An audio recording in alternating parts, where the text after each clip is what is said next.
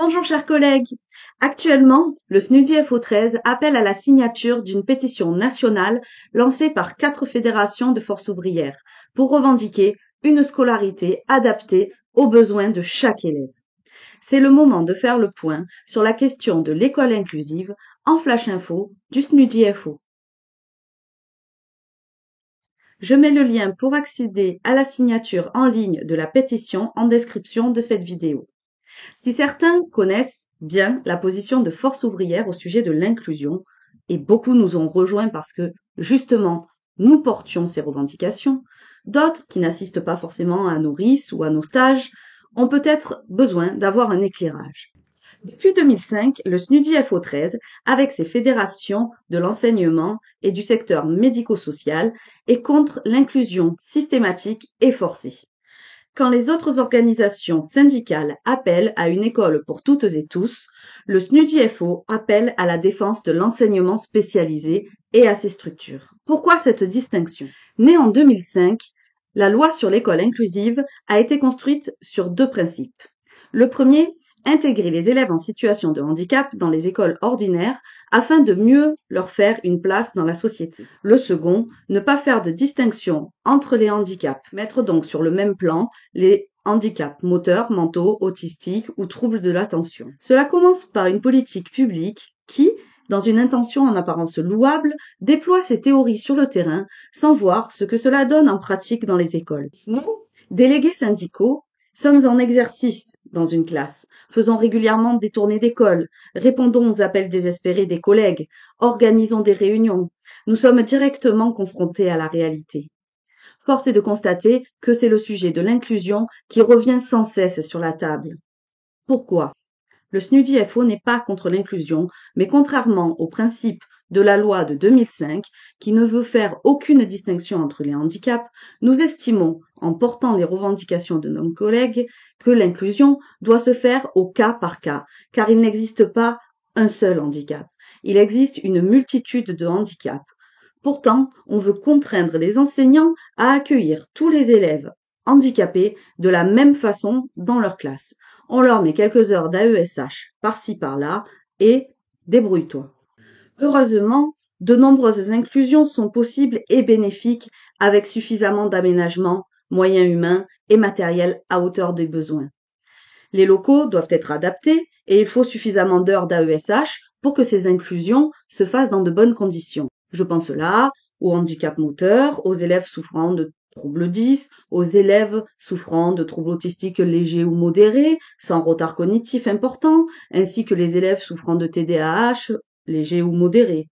Nous déplorons que ces élèves ne bénéficient, la plupart du temps, que de quelques heures d'AESH. Dans certains départements, ils n'ont que 5 heures par semaine. Donc, même quand l'inclusion pourrait être bénéfique pour tous, les progrès de l'élève en situation de handicap sont ralentis par ce manque de moyens humains.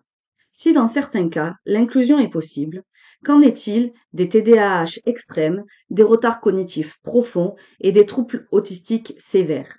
Dans une cour d'école, le son avoisine parfois les 100 décibels. Imaginez un enfant autiste qui souffre à cause de son handicap d'une hypersensibilité au bruit. Ce volume sonore peut lui être douloureux et peut provoquer des crises autistiques. Ce genre de crise peut devenir physiquement et verbalement violente, incohérente. Agressé par des stimuli, quels qu'ils soient, submergé par ses émotions, l'enfant perd totalement le contrôle de ce qu'il dit, de ses gestes et de ses actions. Cela se traduit par des pleurs, des cris, des fuites, des balancements, des effondrements au sol. Cela lui offrira-t-il une meilleure place dans la société? Il semble évident que non. Imaginez maintenant l'enseignant, devant sa classe de 30 élèves, essayer de gérer cet enfant alors qu'il est en charge de 29 autres élèves. Imaginez l'AESH, essayer de contenir l'enfant qui hurle, qui frappe, qui se traîne par terre. Cela paraît hallucinant? Et pourtant, c'est la réalité des collègues dans bien des écoles. Enseignants qui n'arrivent plus à faire classe, AESH, mordus, frappés, griffés quotidiennement, équipe pédagogique désespérée. Forcément, cet épuisement, cette fatigue, cette impression d'être inutile, dépassé, pousse certains personnels en dépression, en burn-out, qui se soldent par des arrêts de travail ou même parfois par des démissions pour ne plus subir ces conditions de travail dégradées. L'objectif louable que les élèves dits typiques fréquentent des élèves atypiques dans un esprit de diversité devient alors contre-productif.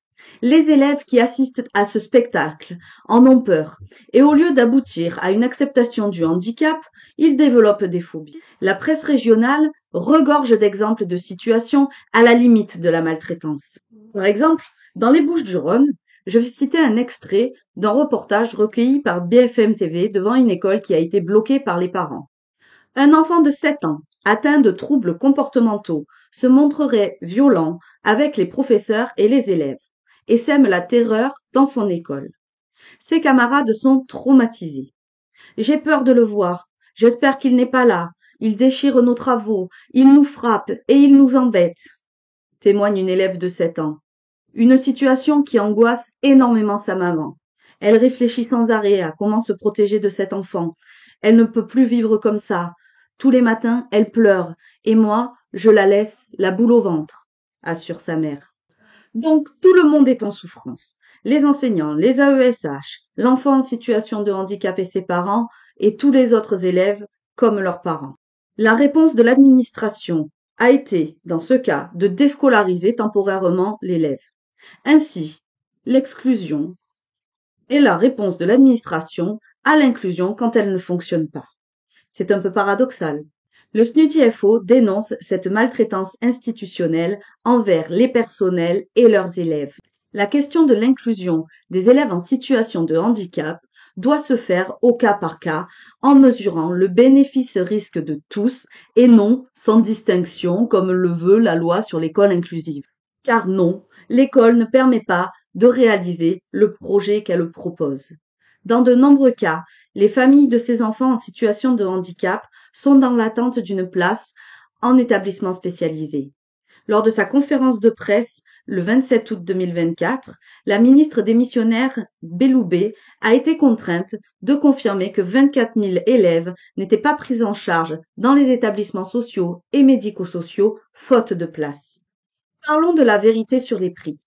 Un élève du primaire en milieu ordinaire coûte en moyenne 6 000 € à l'État, alors que le coût moyen d'un élève en IME est de 44 000 € et monte jusqu'à 49 000 € en moyenne pour un élève en ITEP. Cette intention de politique louable au nom de la diversité ne cacherait-elle donc pas en réalité une volonté de restriction budgétaire? Parce que oui, un institut spécialisé coûte plus cher qu'une inclusion en milieu ordinaire à marche forcée. Le SNUDIFO dénonce l'inclusion systématique et forcée, mais revendique en parallèle plus de moyens pour l'enseignement spécialisé. En forçant l'inclusion systématique et forcée, on assiste mécaniquement à la disparition progressive des établissements spécialisés, à la diminution de leurs moyens. Dans les structures spécialisées, les élèves à besoins spécifiques étaient pris en charge par des spécialistes, psychologues, soignants, éducateurs et enseignants spécialisés. Ils avaient déjà des moyens insuffisants pour faire tout ça.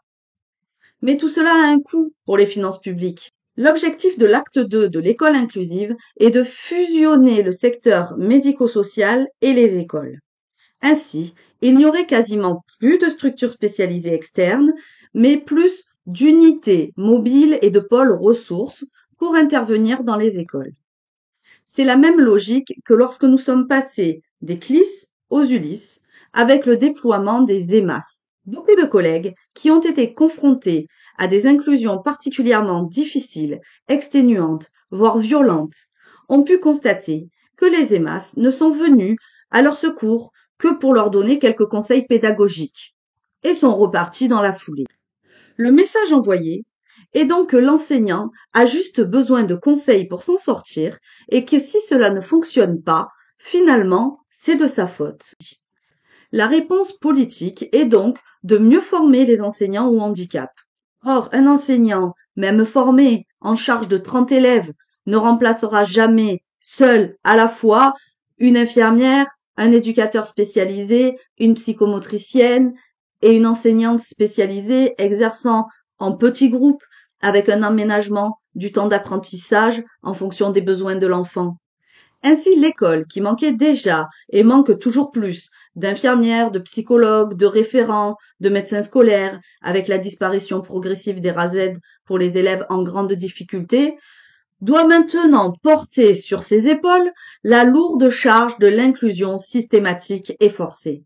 Prenant ce problème à bras-le-corps, le SNUDI FO13, avec 4 fédérations, a organisé une montée nationale sur Paris le 25 janvier 2024 pour demander au ministère la défense de l'enseignement spécialisé et adapté, le maintien et la création de places nécessaires dans les établissements sociaux et médico-sociaux, un statut de fonctionnaire et un vrai salaire pour les AESH, et le retrait de l'acte 2 de l'école inclusive. Mais Force ouvrière est montée seule porter ces revendications, qui sont pourtant celles de la majorité des enseignants et des AESH en souffrance sur le terrain. Les autres organisations syndicales n'ont pas voulu s'associer à ces revendications, car ils s'inscrivent dans la même volonté politique du gouvernement en prônant l'inclusion dans les écoles de toutes et tous. C'est une lâche position idéologique qui ne prend même pas en considération le bien-être des élèves en situation de handicap. L'objectif prioritaire est de faire progresser les élèves, pas de les transformer en vitrine du handicap dans le milieu scolaire ordinaire où ils souffrent, font souffrir les autres et ne progressent pas quand leur handicap est trop important. Le SNUDI FO13 est avant tout un syndicat qui défend les collègues enseignants et AESH. C'est un syndicat qui défend avant tout les conditions de travail des personnels. La question du handicap mérite d'être approfondie.